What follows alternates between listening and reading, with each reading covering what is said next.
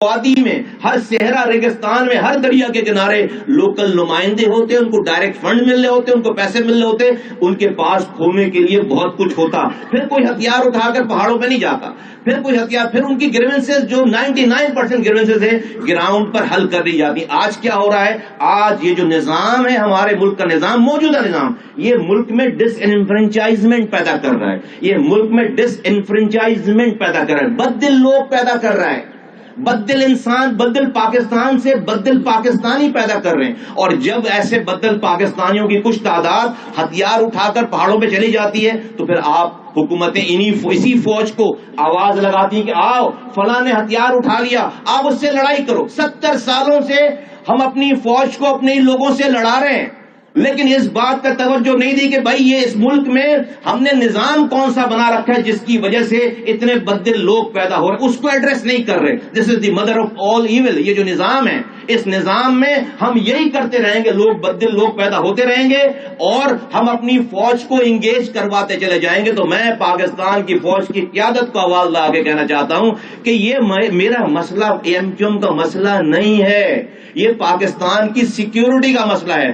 یہ کبھی بھی ہم کیوں لوگوں کو جو ہے وہ ہم بزن کر رہے ہیں. پاکستان کے آج کے نظام میں وفاق سے صوبوں کو ڈویزبل پول کے نام پر، این ایف سی ایوارڈ کے نام پر سارا پیسہ صوبوں کو مل جاتا ہے 18ویں ترمیم کے بعد. اور وہ صوبوں میں وہ 18ویں ترمیم کے بعد وہ سارے چاروں وزراء اعلیٰ کے پاس وہ پیسے، اختیار، وسائل آ کے وزیر اعلیٰ ہاؤس میں پارک ہو جاتے ہیں. اس سے نیچے ٹرکل ڈاؤن نہیں ہو رہا، کوئی نظام ہی نہیں ہے، ٹاؤن میں نہیں جا رہا، یونین کاؤنسل میں پیسے نہیں جا رہے. اور اس کا نتیجہ یہ کہ پاکستان میں یہ ہو رہا ہے. یہ تو میں نے آپ کو مثال دی بلوچستان کی. آج آئیے ایک نظر ڈالتے ہیں کراچی پہ. کراچی میں آپ کو بتاتا چلوں، یہ سمجھ لیں ایک دفعہ سب لوگ پورے ہم یہ ویسے ہی نہیں بات کر رہے. 1999 تک کراچی کو آکٹرائے ضلع ٹیکس ملا کرتا تھا. 1999 میں پاکستان کے سارے بزنس کمیونٹی کے لوگ جمع ہوئے اور وہ وزیر اعظم، اس وقت کے وزیر اعظم کے پاس گئے، نواز شریف صاحب کے پاس، کہ بھئی ہمیں روک کر چنگیوں پہ ہمیں پیسے مانگتے ہیں، ہمیں رکنا پڑتا ہے، آپ ایک دفعہ ہماری اماؤنٹ فکس کر دیں. تو 1999 میں اس وقت کی حکومت نے فکس کیا کہ ہم جی ایس ٹی کا 2.5% ہم یکمشت کاٹ کر ہم جی ایس ٹی کا 2.5% ہم یہ ڈسٹرکٹ گورنمنٹ کو ڈائریکٹ ٹرانسفر کر دیں گے. یہ 1999 سے ڈائریکٹ او زی ٹی کا پیسہ جو ہے وہ ڈسٹرکٹ گورنمنٹس کے اکاؤنٹ میں آتا تھا. 2006 میں جو گورنمنٹ آئی اس نے کہا نہیں، یہ ڈسٹرکٹ کے جی ایس ٹی کے 2.5% نہیں، اب ہم کیا کرتے ہیں کہ جو ہمارا جی ڈی پی ہے اس کا 1/6 جو ہے ہم ڈائریکٹ ٹرانسفر کریں گے ڈسٹرکٹس کو. 1/6 of entire G D P, 1/6 of entire, یہ ڈائریکٹ ٹرانسفر ہوتے تھے پیسے. یہ او زی ٹی آکٹرائے ضلع ٹیکس کے پیسے یہ ڈائریکٹ ٹرانسفر ہوتے تھے پاکستان بھر کے تمام ڈسٹرکٹ گورنمنٹس کے اکاؤنٹس کو انٹل 2010 میں جب یہ 7واں اور 3 مد میں 4 مد میں لیکن 3 مد بہت ضروری ہیں جو میں آپ کو بتانا. کراچی کو پیسے کیسے آتے ہیں؟ ایک تو میں نے یہ بتایا آتے تھے، اب نہیں آتے، بتاتا ہوں میں. ایک تو اس مد میں پیسے آتے تھے ڈائریکٹ وفاق سے. پھر جو ہمارا سیس ہے، infrastructure development cess, I D C کہتے ہیں، انفراسٹرکچر ڈیولپمنٹ سیس، جو کہ کراچی پورٹ پر پیسے لیے جاتے ہیں. یہ کس کام کے لیے جاتے ہیں؟ کہ شہر سے جو ٹریفک گزرتا ہے اس سے جو انفراسٹرکچر ڈیمیج ہوتا ہے، اس انفراسٹرکچر ڈیمیج کے پیسے لیے جاتے ہیں سارے ٹریفک سے. وہ پیورلی سارا پیسہ جو ہے وہ کراچی کا 200 ارب روپے اس سال کراچی کے نام پر جاؤ، 1 روپے نہیں. بتا دوسرا تیسرا مت، آپ این ایف سی ایوارڈ لیتے ہیں، نیچے پروونشل فائنانس کمیشن ہی نہیں ہے، نیچے پی ایف سی ایوارڈ نہیں ہے، نیچے اگر آج اس وقت آج کی پاپولیشن کے حساب سے، جو کہ صحیح نہیں ہے، کراچی کی پاپولیشن سندھ کی پاپولیشن کا 37.8% ہے، تقریباً 38% ہے. ہم تو 55% سے زیادہ ہیں. لیکن آج میں وہی بات کرتا ہوں جو کہ کاغذوں پہ لکھا ہوا ہے. 37.8% کراچی کی آبادی ہے سندھ کی آبادی کا. تو ہمیں جی ڈی پی سے وہ حصہ، ہمیں پروونشل اے ڈی پی سے وہ حصہ ملنا چاہیے، پروونشل فائنانس کمیشن سے وہ حصہ. اگر ہمیں یہ حصہ ملے 372 ارب 372.7 ارب ہمیں اس سال ملنے چاہیے تھے. کیونکہ ہماری جو پروونشل اے ڈی پی ہے وہ 1018 ارب روپے کی پروونشل اے ڈی پی ہے.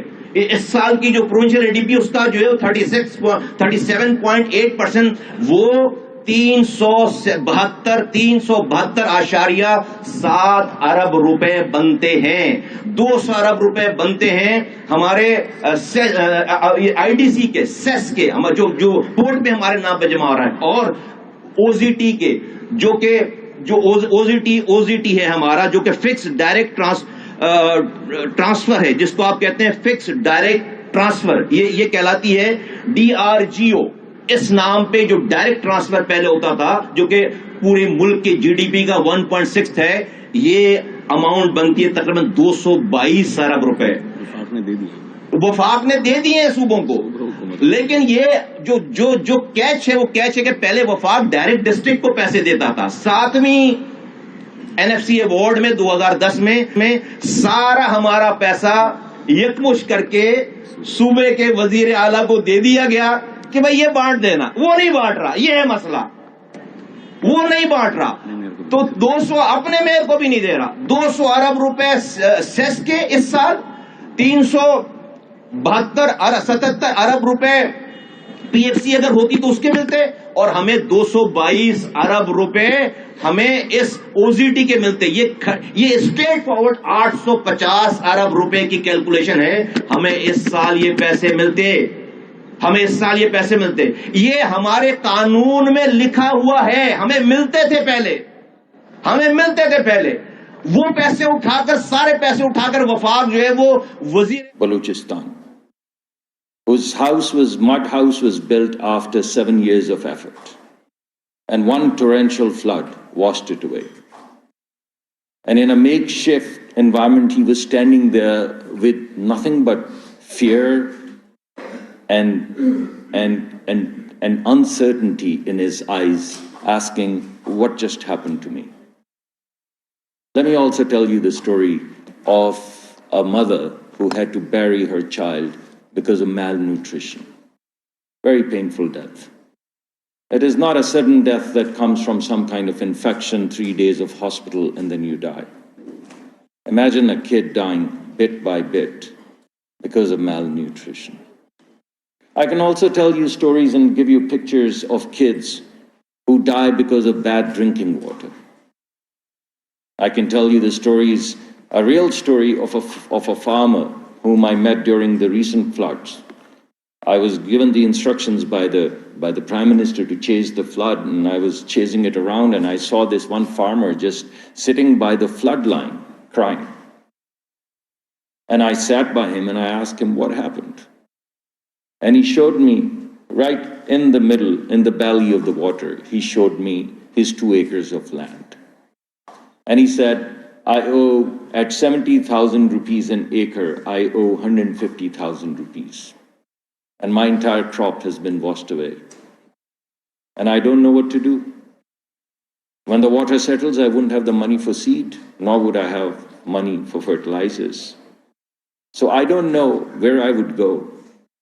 So mother bearing the child doesn't know where she would go. The farmer standing by the washed away crop doesn't know where he would go.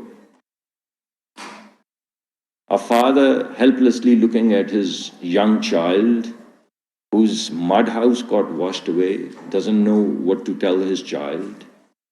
Now that's behind all of these Cronbach alphas and all of these vulnerability reports. That's what makes life and vulnerability real.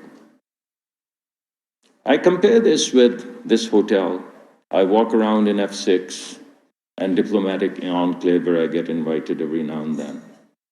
And I go to Gulberg in Lahore, and I go to Clifton in Defense, in Karachi, and similar localities everywhere. I go around and I hear about the great leaders that we had, Dr. Mahbubul Haq and A.G.N. Qazi, who made these brilliant developmental plans, who someone stole, they tell me, some country, Korea or someone else, and they are where they are right now. And I see the results of that too. I see a magnificent infrastructure, broken at some places, bipolar perhaps. But the country is all right. I see technologies. I see the demonstration of the new technologies that we recently did in the way of space technologies. I look at the Nobel laureates that we have, Dr. Abdus Salam and a bunch of others. I see all of this.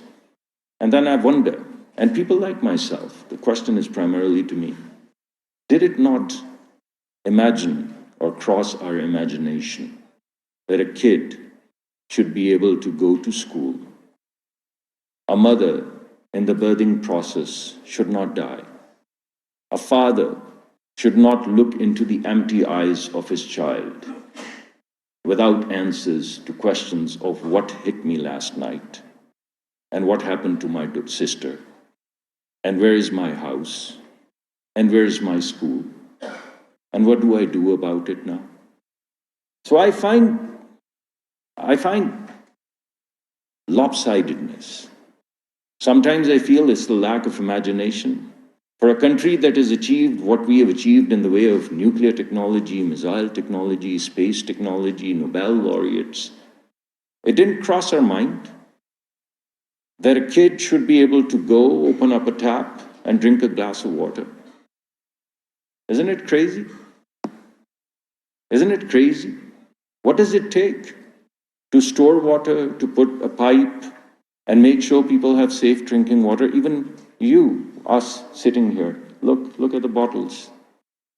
This just tells you, here in the heart, the most expensive real estate of Pakistan, no one would dare to go and drink a glass of water from the tap. So why did it not cross our imagination? So I wonder if this is the lack of will.